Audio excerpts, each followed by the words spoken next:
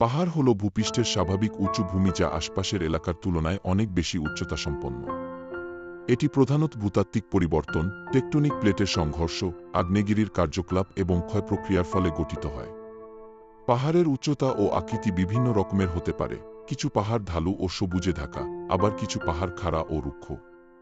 বিশ্বের সবচেয়ে উঁচু পর্বতশৃঙ্গ হল হিমালয়ের এভারেস্ট, ৮,৮৪,৮৮৬ মিটার।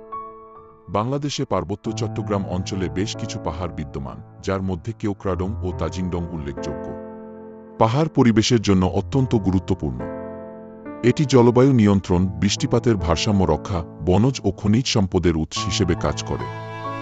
এছাড়া পর্যটন, কৃষি ও বসবাসের ক্ষেত্রেও পাহাড় গুরুত্বপূর্ণ ভূমিকা পালন করে। তবে অতিরিক্ত বন উজাড়, ভূমিধস ও জলবায়ু পরিবর্তনের ফলে পাহাড়ের পরিবেশ বিপন্ন হচ্ছে। পাহাড় প্রকৃতির এক অপূর্ব সৃষ্টি যা আমাদের জীবনের বিভিন্ন ক্ষেত্রে গুরুত্বপূর্ণ প্রভাব ফেলে। তাই